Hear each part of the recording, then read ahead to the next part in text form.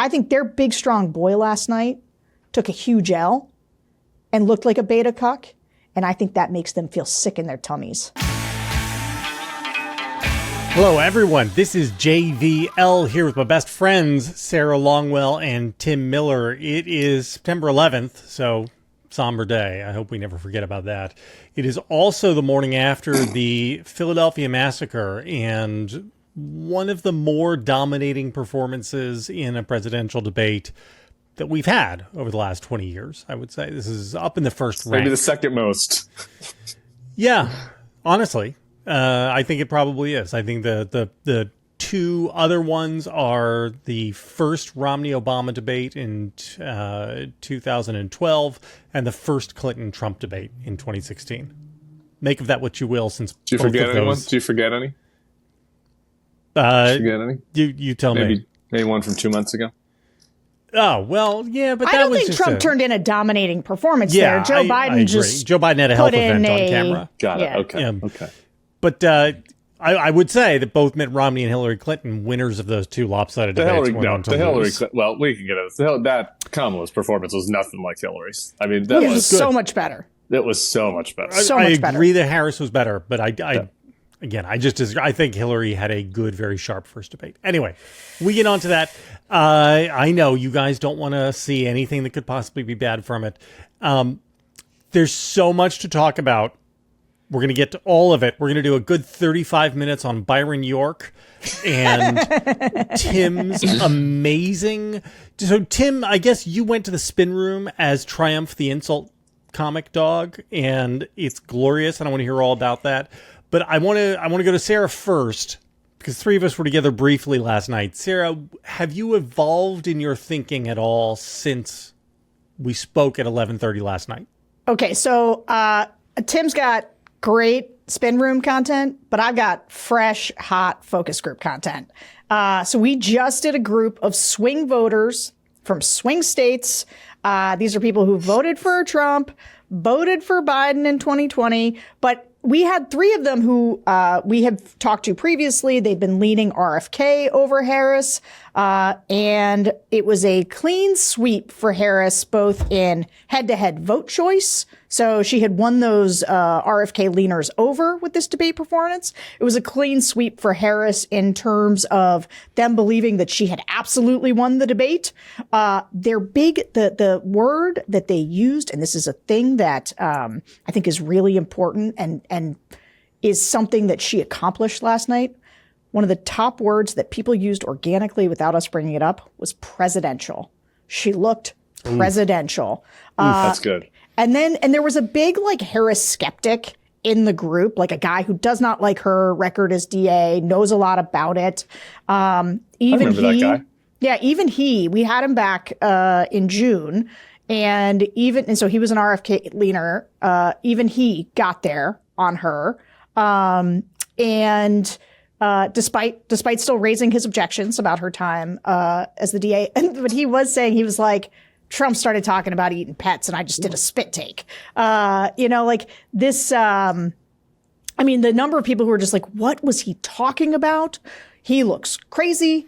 And here's the thing, much like the Biden debate because I tweeted this morning, but I think it's important in terms of the reaction that we're seeing from Republicans, which is they're saying the thing that people said to me, the sort of Dem pollster and the Dem activist who was on stage with me that night, who was very angry with me after the Biden debate because I was saying that is like a disaster for him. Like I was being very honest with the audience. And I was like, guys, I'm going to level with you as my job to do clear-eyed analysis. And I'm going to tell you that might be campaign ending. And these guys were so mad at me. And what they said on the stage that night was, debates don't matter. And if you look at Ben Shapiro and a bunch of the Republicans today, they are trying to argue that debates don't matter, which I got to say, 6 weeks following a debate that caused one of the two major candidates to drop out, saying that debates don't matter is like a nuclear level hot take. I think they're calling that cope. Yeah, cope that's like high level copium here, especially. Oh, this was the other thing in the focus group. they were like, no, the moderators were good. Like there was not Yeah. this sense that, and these groups, these flipper groups, I just want to, they are, some people might be like, okay, these are people who voted for Biden before. And it's true that they are, but they are also temperamentally conservatives. Like they are center right voters who just hate Donald Trump because he's like uniquely terrible, but like would love to vote for a Republican is typically this kind of group. And so this is a group where after, you know, the last 3.5 years of Biden, we saw real backsliding. I talk about the backsliding a lot. And so for her to have, I think she did the thing that we desperately needed her to do, which was to make the case, not just that Trump is terrible, because these guys already kind of know that, but to make an affirmative case for her. And I think she did that. Did That's they so hear enough important for me. specifics?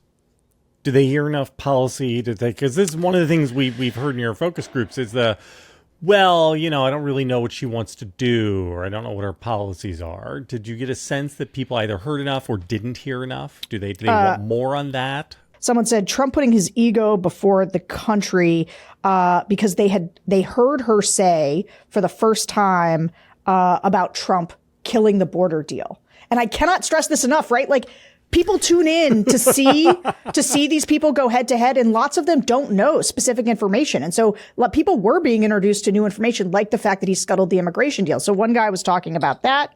That was the guy who also said literally did a spit take on the pet eating thing. It felt like the dynamic completely reversed. Now Trump's the old man that can't keep up. It was fun to watch. Also, the why didn't you do any of this the last 3.5 years attack? It didn't land. Somebody said you were the man in the chair. How are you going to pick at her when you didn't do it? Right. So like that. I will say this is now I'm going to have to paraphrase because I don't have the direct quote. One of the things that I think really helps her on the substance is that she gave enough of it that people felt like they learned new things about her. Donald Trump offered no substance. And so that people were also like aware of that, like at least from a voter point of view, listening to what they said, it wasn't like they walked away being like, she ticked through all these policies and now I feel like I know where she stands on everything. It was more like, I feel like I learned more about her, and Trump seemed like a crazy man. That's encouraging to me in particular because my one hangover, just something about how I process these sorts of things. Like almost always the morning after, I feel even more strongly about whatever I felt the night before, right? Like the more time that passes when you think about it, like whatever my first instinct was, I'm like, yeah, it was even a bigger The more I blowout think than about I it, the appreciated. more right I am. Exactly. This is a human, solipsistic kind of thing. So, but the one nagging thing I had this morning about it was, she had passed the presidential bar for me, right? So I'm encouraged to hear that line, that multiple people use that word presidential. Four people used it. Because, my fears of anxiety over lingering sexism, race, right? Like how did people process that did not like her or did not feel like she was up for it? I felt like she was extremely strong on that stuff, particularly in the national security portion. On the economy portion, it happened at the beginning, and I do think she was kind of getting her sea legs. Like, really, the turning point of the debate was the kind of ham-fisted troll over this crowd size. Like, she didn't even deliver it that well. It was, like, totally out of nowhere. It's an immigration answer. Then at the end, she's like, and if you want to learn about Trump, you can go to his rallies. And then she didn't really even land the line that well about how people are leaving early. But then Trump dissembles, and you can kind of see her confidence build. And I felt like her answers were much more natural and flowing from there. So on the economy, maybe not as much because it was early. But on the rest of it, she showed such command, particularly by the time you get to the national security section at the end, which is like, if this is this commander-in-chief test, the line I've stolen from you, Sarah, about how Trump is a Putin stand-in. I mean, to me, it just feels like she passed that stuff with flying colors. And like the nagging little thing in the back of my head was like, but do old white guys in Scranton disagree? Do they disagree with that? Do they look at her faces and decide that she looked child? I don't fucking know what these people think. So one focus group only. But it does match what we saw from the other public focus groups that the other media companies did. And from private dial tests. I mean, we've heard from Harris, I've heard from Harris campaign people's dial tests, also neutral media dial tests. and it was overwhelming for her. Yeah, and you see the Republican reaction, which also tells you what they think, right? They also think that he got his clock cleaned, and they're also worried about it. And he's now backing away from the idea of doing more debates. We'll unpack that as we go. All right, so Tim, let's go to the candy. Tell me about We're the going spin straight room. to the candy. Well, before we get to the spin room candy, because it's related, because one of the questions I kept asking people is, what was Donald Trump's best moment? So that was the non-insult the comic dog side. That was the thoughtful journalist, engaging with. It's a pretty subtle. It's a pretty subtle trick troll. Question, actually, he did not have a single good moment. Was it the part where he started shouting, "They're eating dogs and cats"? They're eating the dogs. Was it the Ashley Babbitt defense? Where he said "we," about the insurrectionists, and the police. I didn't even notice this. A replier said this to me. He's like, "You're missing the other part of the clip where he calls the police the other side." The other side, yeah. The other side. And just a horrific Maybe the part where he talked about being friends with the Taliban. Yeah, Freddie Johnson being friends with the Taliban. He's deep in like the MAGA cinematic universe stuff. He's dropping J6 and Laura. I was watching Laura, and she defended me on Charlottesville. I'm thinking normal people cannot even translate like a certain percentage of the stuff that he's saying. There's actually two elements to that. Certain people, and no one could translate like the gibberish he was giving on answers like the abortion question. But then even when I knew what he was talking about, because He's very good on fertilization, Tim. Yeah, I know. Like there were many parts where I can't. Like normies had to be like, "Who are you talking about? Who is Laura? Who is Ashley? Who is Laura?" So anyway, but I was joking with you guys in the green room. I was like, so I just finished the Daily Pod with SE, and I got to the end of it, and I was like, shit, I forgot to even bring up the healthcare section.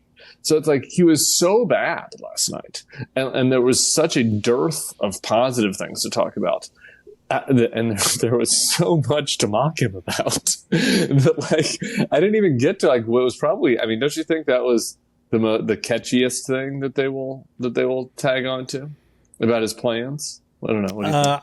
I mean, it's something that over the last like 6 elections has moved a lot of votes.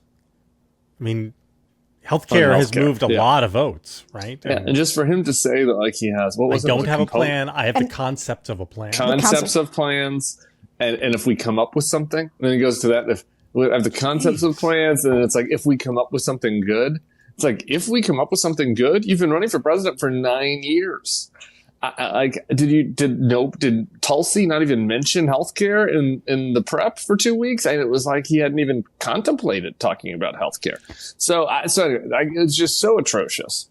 And so when I get to the spin room, I literally, we'll set the Lindsey Graham part aside for a second because that was actually my first encounter. But when I start going to the guys, you have the placards, and for people who have seen the pictures or been in the spin room, it's like each side has surrogates, and they have different colored placards, and it's like the Harris team's placards, like their placard holders are holding them.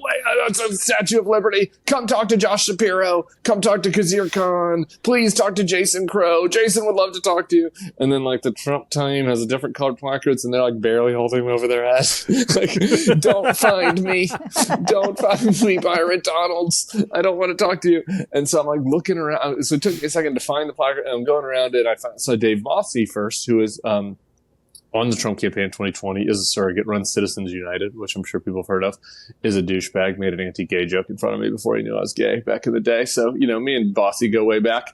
I just walked up to him and I was like, hey man, good to see you. It's been a while. He's like, yeah, hey, good to see you. I was like, what did you think was the best part tonight? And he's like, what?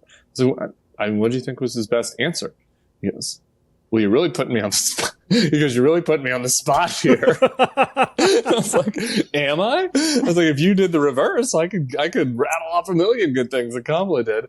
And then I did the same exchange with Corey, who immediately chuckled and wanted to relive our spin room encounter from 8 years ago, where he assaulted me, I guess we could say, like physically assaulted me. And I was okay. I wasn't hurt, but I mean, you aren't supposed to body check some person. I don't know if that's like a jailable offense, kind of like his stabbings, but you aren't supposed to body check another person. So I don't know, a minor assault, I guess. And I asked him the same question, and he had nothing. And then Hugo Lowell started kind of picking up on this and asking the same question, and he was like, they couldn't find anybody to come up with anything. So anyway, I thought that was the most interesting part of the spin room, on the substantive part. And then do you want to go straight into the insult comic dog part, or do you have other? I mean, do you want to make me beg like a dog?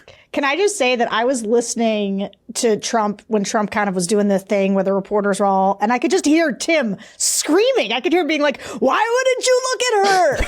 He was like, "There's my guy. I hear him back there just screaming his little heart out." It was live on Fox. I was in it, on Fox, if you're watching his thing. And the people get so mad at me because I was screaming loud, inappropriately loud. Why wouldn't you look at her? Were you scared to look at her? Why wouldn't you even look at her? And why wouldn't you look at the vice president? And one of his comms people is like, it's like, are you a child? Are you what's wrong? You're just a guy jeering at a basketball game. What do you do? You're not even on it. I was like, what? I'm like, am I? Whatever. But then the other reporters started to get mad at me, which I see why, because on Fox, he's answering a substantive question from somebody else about whether he's going to debate again, and you can't hear his answer because all you can hear is me screaming over the din, asking him why he wouldn't look at her, which was pretty notable that he wouldn't look at her. It was weird. Real beta cuck move, I gotta say. Real beta cuck move. And Ed O'Keefe, he let her come over to do the handshake at his podium instead of him going over to her. I mean, he wasn't going to handshake her. All the stuff was kind of beta. That's the stuff that surprises me, that he didn't have gamed out better, because he understands TV, right? And he thinks about TV a lot. And he was just unprepared on the logistics of how to handle being on screen with her. Maybe he wanted to look tough. I don't know what the thinking was, but the handshake. I mean, it was over. The debate was over from the handshake. Basically, she had to walk around walk around the podiums to get to him. And he does a weak limpy thing. Usually he tries to dominate handshakes. He's got a very specific thing where he grabs you and pulls you toward him. Yeah. But he clearly had decided to go in there and not shake her hand. And so when she made it a thing, he kind of limp wristed. It was super limp. And then the not looking, and she's staring him down the whole time. He has to notice this. She's staring him down. He has to notice it with his peripheral vision. And then Ed O'Keefe, who's the pool that's in there, reported that during the commercial break, he didn't look at her. And he immediately walked off stage, and she just sat there and took notes. Then he came back on. I didn't look at her the whole time, just seething. So it's very beta, very angry, and very sad old man. Relate the whole vibe of it. So anyway, after I started, he didn't answer my question about why I wouldn't look at her. And so then I immediately pivoted out, and the same comms person who was chastising me, I noticed in the corner standing next to Byron York.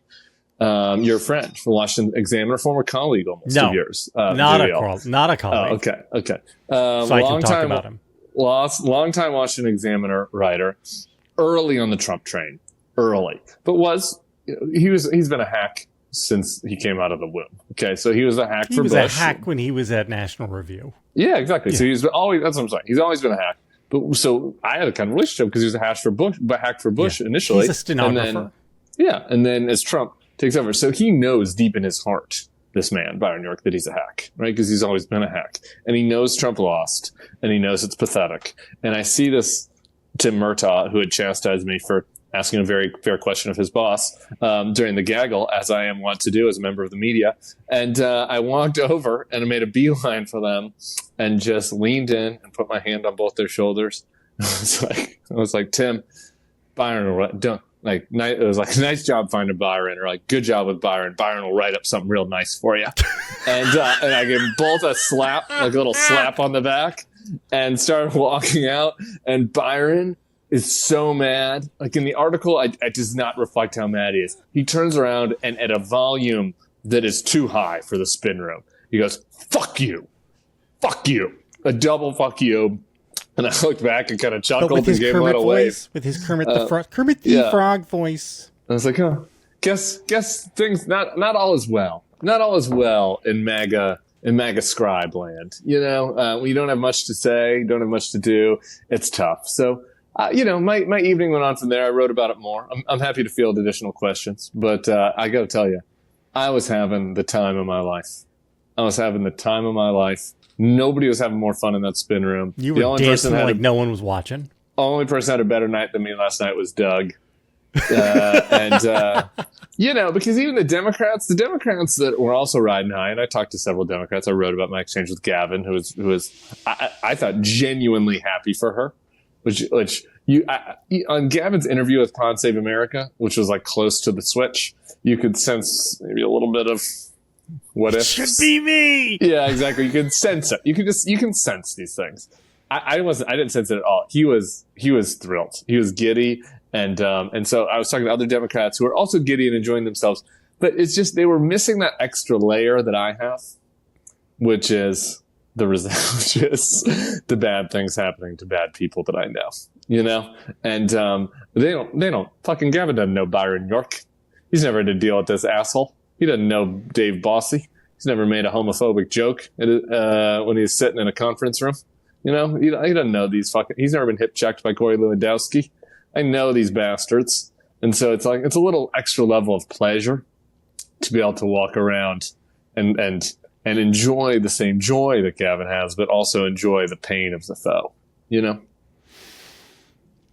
Byron York is a journalistic gigolo, by which I mean that his entire, like the last 15 years of his career has been spent trying to write things that make the wife of his owner happy. This is literally true. So the Washington Examiner is owned by Phil Anschutz.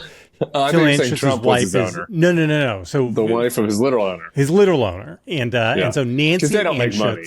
They don't have actual fans. No, they do or not. readers. They do not. Yeah. They don't have readers. They don't have revenue. And so it's just a big sinkhole for Phil Anschutz's money. And Nancy Anschutz, who is much more MAGA than Phil is, she just thinks of Byron as her sweet little poodle, and she loves him, and she loves how conservative he is, and how good he is, and how stalwart, and she makes sure that it's known that Byron's her favorite. And so Byron's can you imagine being a grown man in your 60s and your entire job is writing fanfic for some 75-year-old rich woman so that her husband will keep cutting you checks? Fucking asshole. Sarah. No. This is what people come to this podcast for. No, it isn't. No, nobody knows who Byron York is. They don't know who Byron York is. Random MAGA bloggers. Okay, that's what people come here for. Sure. They want to hear our vendettas. We can cut all that out. No, I don't need to cut it. I just want to ask Tim. He missed. I want the Lindsey Graham anecdote, who, unlike Byron York, most of our readers and listeners have heard of.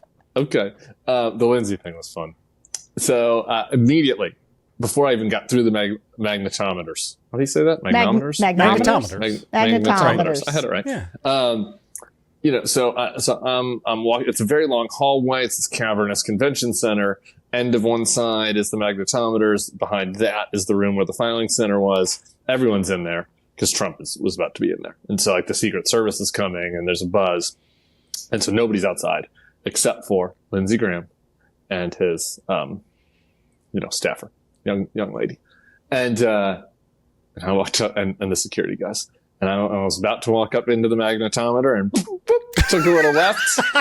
It's like, hey there, Senator, and Lindsey knows me, as you all know. Spent a lot of time with Lindsey, and what was the vibe of his greeting? Uncomfortable smile initially, a very uncomfortable smile. Hey, but I began affably, and I was guys like, have been drinking buddies. Oh yeah, we've hung. Right. I was like, good to see you. It's been a while. And he's, cautious smile looking at me. He's like, yeah, friendly. And I'm like, this could be your moment. Come over. Like we used to gossip about this guy. We used to shit talk this guy, right? Like it's time after that debate. It's time. And so immediately when he sees the worm is turning, he gets fucking pissed. He goes 0 to 100 on me. Purple, beet red face. You should be ashamed. You should be ashamed. I was like, I should be ashamed. Like, you should be ashamed. What, and so we go back and forth on that.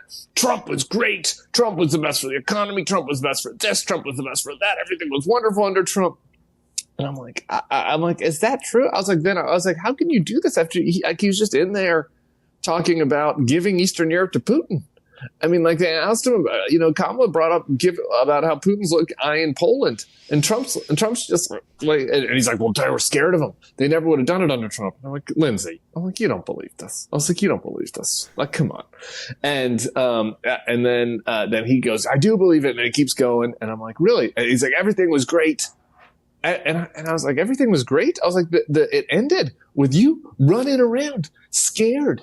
You were running scared of your own supporters. They were chasing you down. You were running around the Capitol. Then you were running around the airport. I was like, did things really end that great? And then he gets really pissed at me and starts yelling. And I look over at his aide, who is just like mortified by this exchange. Like, how is this happening? And I kind of forget if it was him or me, but one of us offered like a temperature, like it was getting really hot. Like, let's turn down the temperature olive branch. And he fist bumps me. He's like, all right. And we fist bump.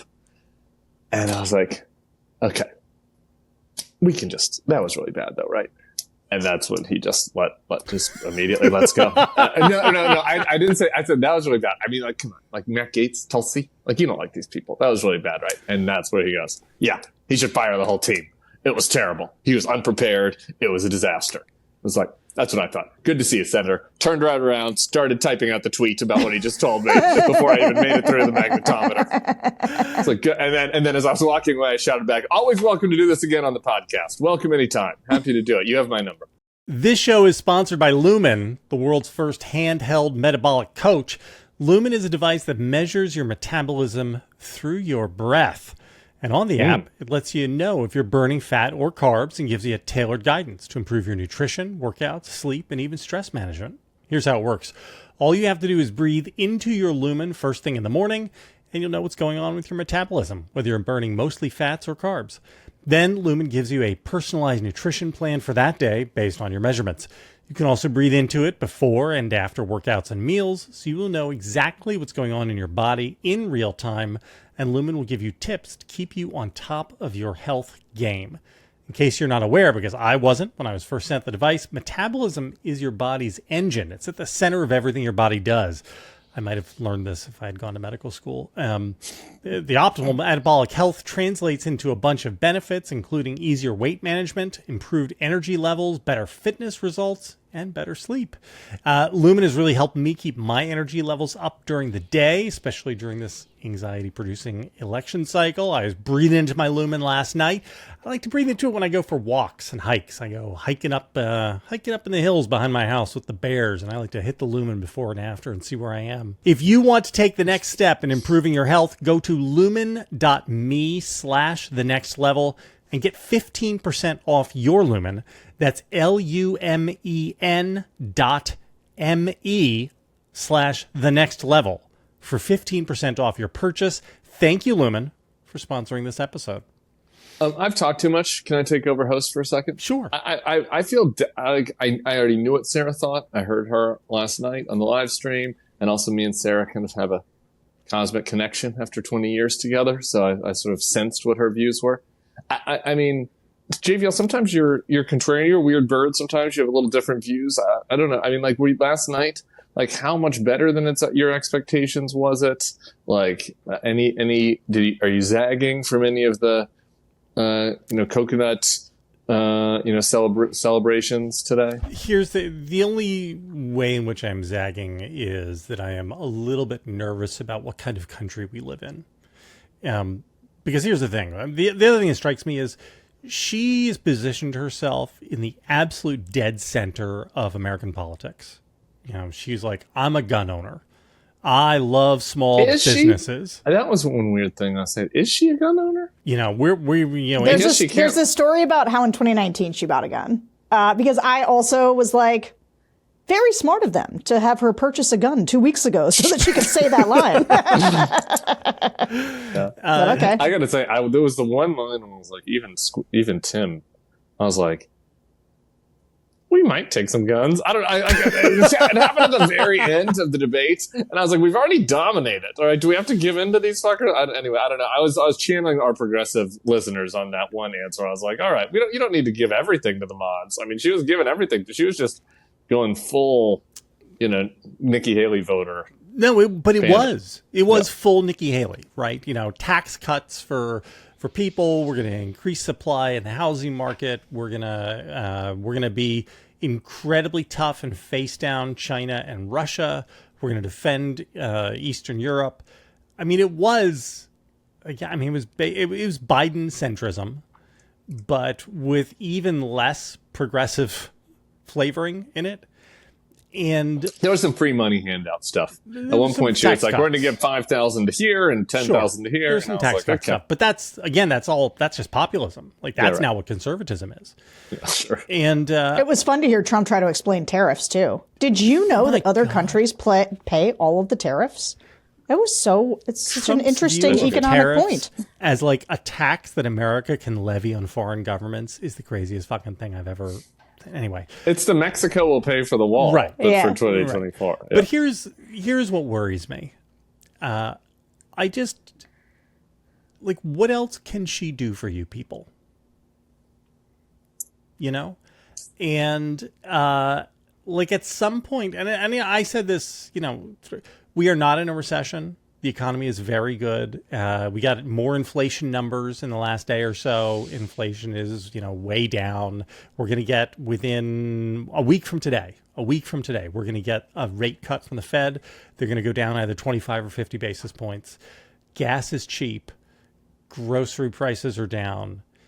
We just had the most air travel in the month of August that America has ever had.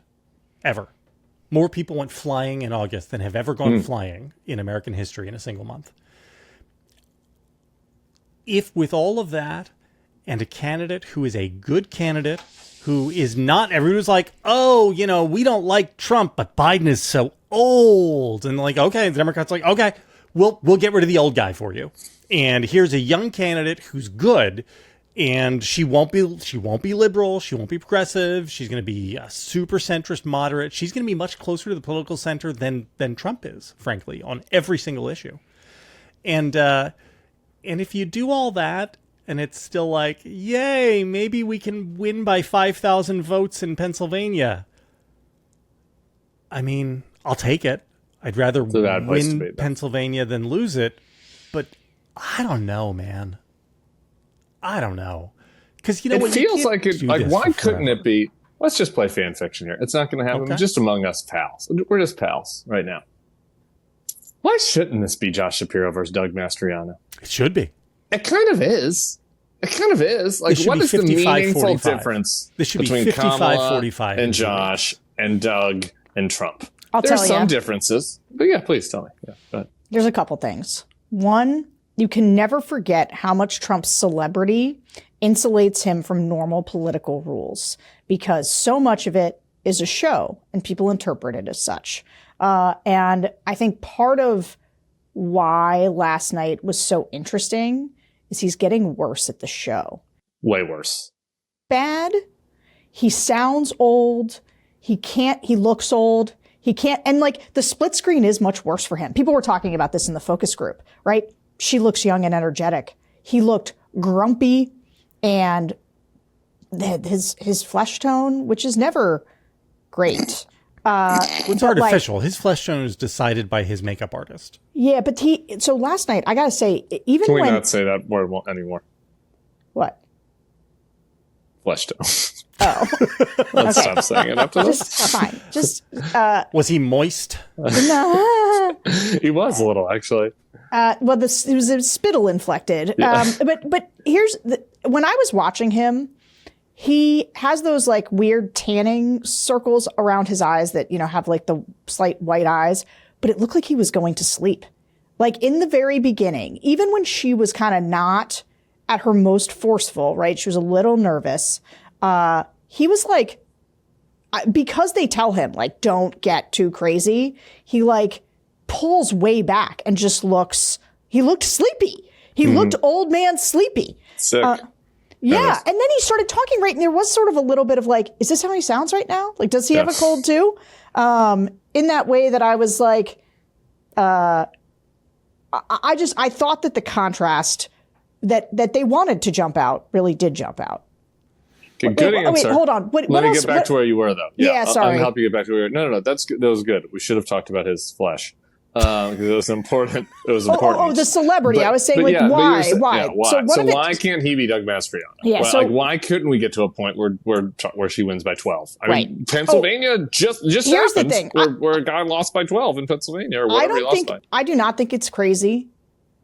I do not think it's crazy to believe that the polls are missing a lopsided level of enthusiasm. Like, it is very possible that there is going to be much more enthusiasm for her and much less for him, and the polls aren't picking it up in the way that they're doing things. Like, it's possible. I'm not saying that is happening, but it's possible. I still think his celebrity has always just done things. Here's the other thing.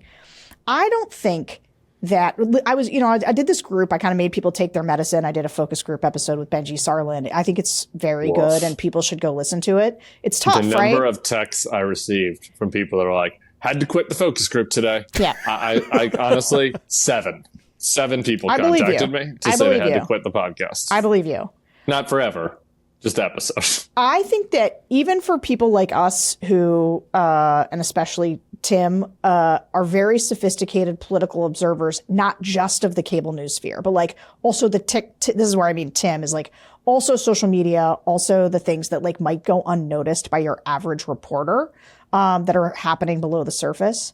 The sort of manosphere and all of its tendrils, like when people are looking at the massive polarization between men and women, I don't think people have baked in yet how much is going on. And it's like from Ben Shapiro to Matt Walsh to like trad life stuff to all the way to like the Andrew Tates and the Jordan Petersons. Like there is an ecosystem, an enormous one, that is hitting youngish men, but like maybe 18 to 40 that have created maybe 50, right? That have created, and I think we're going to start, I think we're seeing just the tip of the iceberg in gender polarization, and that 2 cycles from now, like you're almost going to have people sorted, like gender will become, unlike like right now where it's sort of like education or it could be geography, gender's going to become, and I don't know how we're going to get people to marry each other. Like I don't know how we're going to maintain the species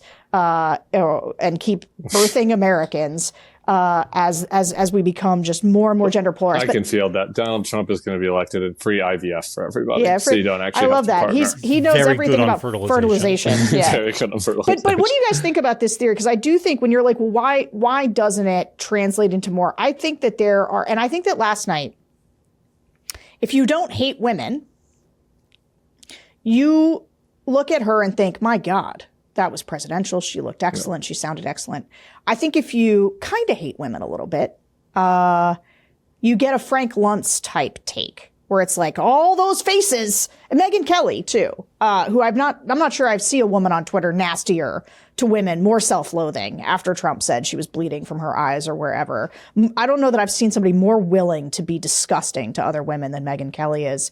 And like, if you sort of hate women, then you watch Kamala Harris doing what I think is a very normal human reaction to what Donald Trump was blathering. But you decide like, no, men are going to hate this because they hate a woman who is looking skeptically at a man. Yeah. But I think their big, strong boy last night took a huge L and looked like a beta cuck. And I think that makes them feel sick in their tummies. Yeah. So I just think to wrap that up, I do. That's part of the answer. It doesn't feel like the full answer, but I do think it's part of the answer. There's a category, particularly of men, that just like couldn't be bothered to vote. Forget like maybe they voted for Shapiro, or maybe they just couldn't even be fucking bothered like to care about this midterm election with this weirdo Doug Mastriano, like who seems like a Christian, like Confederate cosplaying freak, and like for whom Trump has this appeal to the. I do think that there is a category of people. Is that 10% of the electorate though? Like, I mean, you know what I mean? Like, that's just the thing that's like, it's a little bit of a conundrum that Shapiro could just, win by in the teens. Doug and Mastriano. Trump's sneaking, and Kamala's sneaking out of 1%. I guess the other side of that is like Josh Shapiro's kind of codes, even though he's Jewish and an attorney, still codes more center than a black woman from the Bay Area.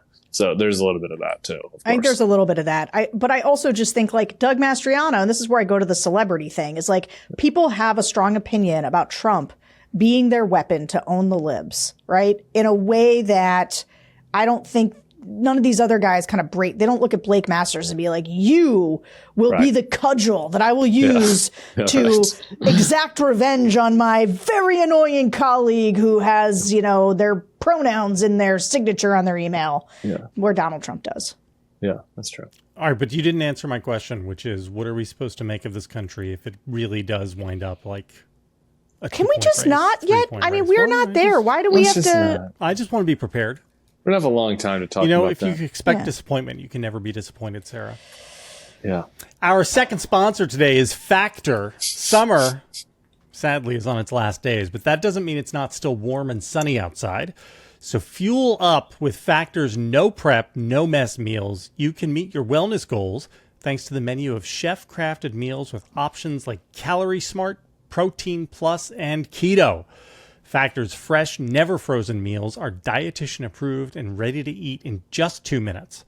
So no matter how busy you are, you'll always have time to enjoy nutritious, great tasting meals. And there are more than 60 add-ons to help you stay fueled up and feeling good all day long. You can choose from 6 menu preferences to help you manage calories, maximize protein intake, avoid meat, or simply eat well balanced. You can also discover a wide variety of easy options for the entire day, like breakfast, midday bites, and more. Treat yourself to restaurant-quality meals that feature premium ingredients like filet mignon, shrimp, and blackened salmon. Factor is super-duper easy. I just keep a bunch of them in the fridge, and when I break from writing the excellent newsletters that I write so that Sarah can not read them, I just run up, I throw them in the microwave for 2 minutes, and then I'm done. I bring it back to my desk. I chow down. It's good food. It's easy. It helps keep me fueled.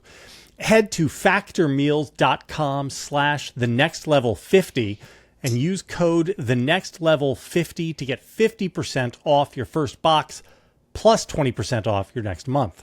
That's code thenextlevel50 at factormeals.com/thenextlevel50 to get 50% off your first box plus 20% off your next month while your subscription is active. Hey, you know what else came up in the group that I think is really effective? Kamala Harris also went out of her way to say that she'd earned the endorsement of a lot of Republicans, over 200 Republicans, that Good worked job for Georgia. To that group that gave her that talking point. Kudos to you. I know some of you are listening. That was a press release that paid mega dividends. Yeah. It did. And it forced Trump into another weird part of his rant where he talks about how he fired everyone and nobody was any good. And it was, I think he really was, I think he had so many bad moments that like we haven't even begun to be able to tally them. But one of them was him having to sort of jibber jabber his way through why is vice president and most of the generals who work for him don't support him, and him saying that they're all terrible, which is just him doing sort of the grievance-fueled stuff, which she then very effectively pivoted when he would do that. She would say, see, he doesn't care about you. He's not talking about you. I will care about you. I thought the little bit like your dreams, your aspirations was like a tad much, and they could have been a little more straightforward with it, but said it a few too many times. But I thought it was deeply effective to draw that contrast. I don't know. I wanted to throw that out there. I agree. And I don't know. I mean, I think we should talk about this next, whether there's going to even be another debate. But if there is, I mean, we couldn't be given notes more on the margins here. Yeah, given totally. this type of slaughter that was. But I would have, that was his most prepared response, actually, on all of the firings. Right, like it was the one time where he felt like he had talking points. I mean, it was like absurd, right? Like that he to defend himself. And I thought that her initial attack was very strong, listing out the 4-star general that worked for you and what he said, et cetera, et cetera. That was like the one exchange that felt like a traditional debate. It was like she had a prepared attack, he had a prepared response. I do wish like her counter response was like, "Did you fire Mike Pence? Actually, can we just drill down on one of those? Was Mike Pence fired, or did something else happen? Can I get a ruling on that? Your vice president that's not supporting you this time, because I would like to put a chink in that talking point. But anyway, I'll send it through. Yeah. Here's the thing about, I just, speaking of Republicans who are twisting themselves into pretzels, like your point with Lindsey Graham, Donald Trump refused to say he would defend Ukraine. Refused to say he would defend Ukraine. And as she pointed out, he has talked about abandoning Europe. And I just, where are these neocons? Like, where is Mike Pompeo? Where is everybody? What's happening here? Can I field this? Please. Because I know the answer. Please. They're at AEI and they're hoping that the Democrats take care of the bastard for them. That's where they are. They're sitting around at AEI hoping that they don't have to get their hands dirty. They don't have to say that they endorse Kamala Harris or that Harris's worldviews are closer to theirs than Trump's, because that would be icky because she has a D next to her name, and people with D's next to their name are bad. They're radicals and statists and California progressives. And so they just hope that Democrats will just make this problem go away for them. And then after that, they hope that the real Republican Party will just come back to them and ask them to come back and guide them again. And this is delusional on both ways, because I'm sorry, if you believe in sort of like the old Nikki Haley stuff, the only place for your views these days is the Democratic Party. And I have trouble seeing a world in which that changes in the foreseeable future. I was listening to Sarah's podcast with David French and the other person, and on 2x speed, just to listen to it. And there was a point that David made that I was thinking about last night during the debate that I'd like to drill down on. JVL knows well the old 3-legged stool. He was always only a 2 legs man.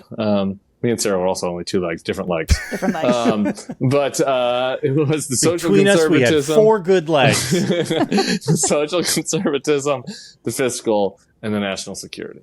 I just think about those things, and it's like, he is literally on stage saying he's going to give Eastern Europe to Putin. You can't. He could not be further from the foreign policy leg of the Reagan stool. The fiscal conversation, he does talk about tax cuts, but clearly the thing he's most passionate about are the massive tariffs, and it is like the core part of his agenda, and that's what was spent the most time on during the economic portion of the debate. And then on the social side of the debate, he cannot offer a compelling defense of the overturn of Roe v. Wade, and he's kind of for it, he's kind of against it, he's all over the place.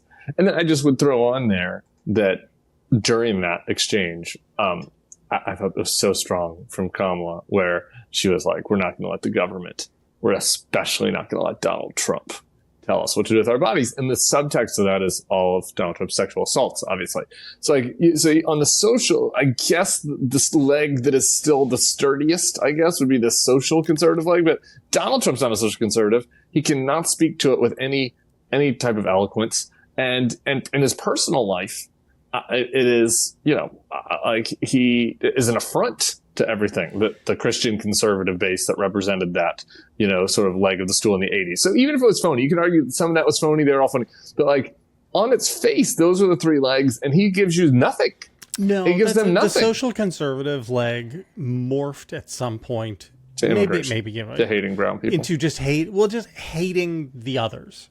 Right, hating the people who are the fake Americans, and hating the fake Americans is social conservatism now. There is nothing else. With Roe overturned, there's literally no other policy item.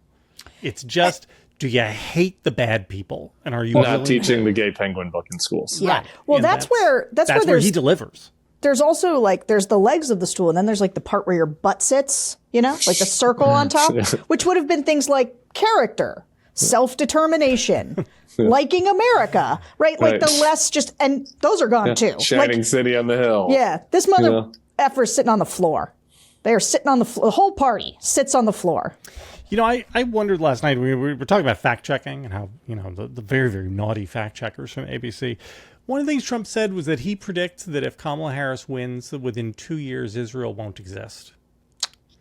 Do you think we could ask, I don't know, Bibi Netanyahu, if he thinks that Israel will still exist as a nation state, should Kamala Harris win? I would be curious what Israelis think about that. Do they think that they will cease to exist in 2 years? I'll give Donald Trump credit on this. The only time he talked about the future at all during the debate was when he would bring up the dystopian future of the Kamala Harris presidency. Because he had nothing on his own side, like what I'm going to do, what we're going to do to make things great, how we're going to change things, like zero. So yeah, that's it. I mean, it wasn't just Israel, right? It was like everything. World War III. Yeah, they ruined the country. Yeah, you won't have a country. We got waylaid. What do you guys? Because this is the one that I just genuinely don't know, and I'm just consumed by thinking about it all morning. Is he going to do it again? I thought it was so ballsy of the Harris team to go out last night immediately and just continue the alpha move. Because you could see, I could imagine a world being in those rooms where it's like David Plouffe saying we should do it again. And, you know, whoever is over here saying, I don't think, well, are we sure? Shouldn't we see the polls? And then Kamala's coming off stage and like, we shouldn't bug her with this. Like, we'll decide in the morning. No. Fuck it. They were just like, fuck it. No, we dominated him. We'll dominate you again. We're the alphas. Let's roll. And then it's him out there looking weak. Being like, I don't know. Maybe if the moderators are naive. Maybe if Sean Hannity moderates, I'll do it. But it's like, could he really whimper out of it? It would be so weak. Yeah, they should just keep dogging him for a debate. It would be so weak. What do you think? What will he do? Well, I mean, let's just. I don't think he'll do it. If you were Corey and you were running his campaign, what would you do? I think that he's in the Biden shoes now, and I think you have to do it.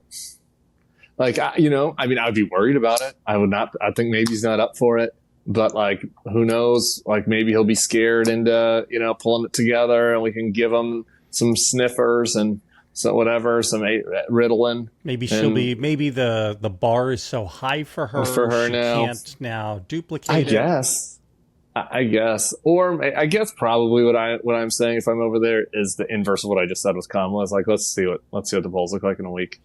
Yeah, if they feel like the bottom doesn't fall out and they feel like they're still kind of in it, like they probably just grind it out before risking another debate. Yeah. But if they get behind in a real way and like it's a Hail Mary opportunity to like get the conversation back to them, I guess I could see them doing it.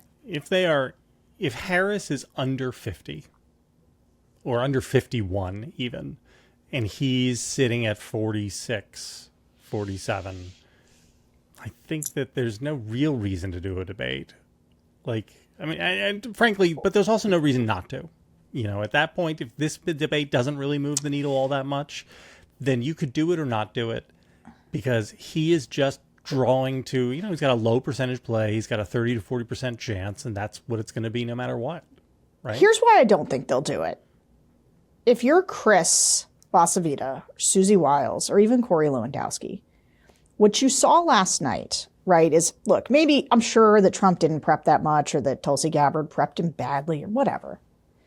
But, like, that is a guy with no self-control, right? That, like, she laid traps left and right. He walked into them, and there's nothing they can do to help him on those. I was watching J.D. Vance also in the spin room. He sat down with Caitlin Collins, and he was, like, doubling down on the dog-eating stuff, pet-eating stuff. And people call him with second-hand accounts. Sure. What is he supposed to do? It went on for, like, 2 minutes. Yeah, it was really ridiculous. On the cats. But he at least is coherent. He is. On the cat point. Sure. I mean, it's absurd and it's a lie and it's shameful and it's racist. But his point, the point that he's trying to make, he gets across, which Trump doesn't. Trump's just like, they're eating dogs and like, it's just word vomit. Right. But if you're them and you just went through that like stomach churning, like, and you're like, oh my, like J.D. Vance, he's got to wake up today and be like, I just spent all night defending cat and dog eating. Like, God, this isn't. He did it JD, I know. it was JD's I understand. fault that they're even doing it. Yeah. Did you see Eric Erickson? I got to tell you, man, the conservative influencers, especially the ones who have gotten more pro-Trump since 2020, those are the worst ones. Eric Erickson, Patrick Ruffini, like those types are the absolute worst because they are deeply disturbed by what they're seeing, right? And so they constantly look for somebody to blame. Eric Erickson is like all caps, just like Trump on Truth Social. You mother effers, I hope you feel good about this dog and cat thing. Now he's repeating your stupid talking points on TV. I'm like, again, okay, so apparently Trump has no agency. Oh, did your big bad beta baby not? Does he get baited by this weird stuff that JD? But also, the vice president's the one doing this, and Ted Cruz. Like, it's not like he's just yelling at some influencers. He's yelling at the Republican Party.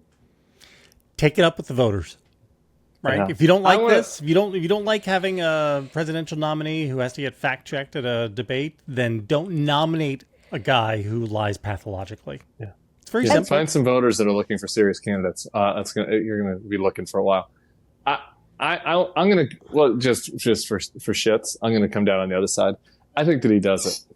Oh, really? And it might be. I always say that I have a bad gaydar because my gaydar is influenced by wish casting a little bit. You know, if I'm hopeful, sometimes it messes up my radar. Sure. And this might be happening here, where I'm just so hopeful they do another debate because I deserve it. And, you know, I want to go again and just watch them suffer. So caveating, but what I keep coming back to is it would be so wimpy. Like, can he really look himself in the mirror and say, like, I can't beat her? I can't do this? Why would he? I mean, that would be astonishing. Why would he think that he couldn't beat her? Look, he came back from bad debates against Hillary Clinton and Joe Biden, right? This is why I think ultimately he does it. A, this is a guy who never turns down a chance to be on TV. And B, his recent past has shown like, he can tell himself, I'm always bad in the first debate. I get him in the end. He's going to say he won. He needs his Binky now. He needs his Laura or his Sean Hannity or somebody like that to give him a soothing debate. She's not going to agree to a Fox News debate. She'll just run it back with ABC. Go back with Moyer. He said today he wouldn't do Fox with Bear and McCallum. Yeah, he was like, I would do it with Sean and Laura. Yeah, that's right. Maybe go back to CNN. We go back to Dana and Jake. What's the argument against it? You already won one. Because they were disgraceful. They weren't disgraceful. Not their fault. It was an institutional decision, but they were disgraceful. They weren't disgraceful. I disagree. But I do think that the ABC moderators were terrific. And I think this like crying foul from the right about the moderators is obviously also like deeply pathetic. Like, oh my God, our guy lost. I got to blame the refs. But like they fact checked him 3 times. One, when he was like, 4, if you count them saying that he did actually lose the election. Okay, so hold on. Well, so then find me the third one. So one is that they kill babies after they're born. One is that nobody's eating dogs and cats. There's no evidence of that. Violent crime is down. Violent crime is down. That was the one where I was kind of like, I felt like they're going a little overboard. Kamala can do that. Yeah, if she wants to correct it. I felt like that one was a little much. I mean, look, but again, we're great now. I thought they did a great job. Look, I want to just say very clearly here, at the level of a presidential debate, the moderators aren't making these decisions. These are corporate level decisions involving everybody at a company. So when I complain about Jake and Dana Bash, I'm complaining about CNN as an institution. I also want to side with Sarah on that. So. I thought both times the debate. The debates are about the candidates. I hate the fucking debate whining. I hate it on the right. I hate it on the left. That's just me. If they do something really bad, you should criticize them. Something specifically bad. But I thought both debates ended up exactly as they should. All right. By the way, last thing before we lose, before I leave you, I do think we just have to talk about this. It turns out, and I know you're going to be as surprised about this as I was, that Gish Galloping Gish galloping Gish galloping. is not. Is it gish actually, galloping? Gish galloping? It's not. It's not actually like a magic potion, where if one person has decided to use the gish, then the other person is incapacitated and unable to combat it. As it turns out, it's a debate strategy that can be combated quite easily, actually, if you have a competent person on the other side. I'm going to cop to having to look that up after you tweeted it, which is gish galloping, which is, I assumed, how it was pronounced, is when you throw out a bunch of insane things, like it's a flood the zone with shit, actually, strategy, where you say so many insane things that it is impossible to be rebutted, in real time effectively, except she did this. And this is where I'll say one last thing in closing about how deeply impressed I am with her. And it is this. I really feel for people in big moments, like the stress of the bit. Like, imagine being her, and this is where I think this is where you test mettle for things like being president of the United States, because it is an enormous amount of pressure to perform and do a really complicated set of things, which she achieved just in a spectacular fashion. She did more than I thought it really could be done in a debate setting. And one of the things that she did was really impressive, was to be able to, because this is where you have to be unbelievable under pressure, is to be able to say, and this is, I struggle sometimes with this, where it's like, you say, I'm going to say a couple of things right now, right? And you say your first thing, and then you got to remember what your second thing was. What? And she kept doing that, where she's like, I'm going to address the first thing you said and explain why that's wrong. And now I'm going to go back and answer this question substantively, whatever. Doing that pivot in a high pressure situation is deeply difficult. And she was masterful. Masterful. She did a very, very good job. Very good job. How about it? And then Taylor Swift endorsed her like 5 minutes later. Oh, yeah, Taylor Swift. We're all Swifties now. It's something else. All right, guys, good show, long show. We'll be back next week when the polls will be totally unchanged, because we live in a terrible country full of terrible people. Bye. Bye. Bye. Love you.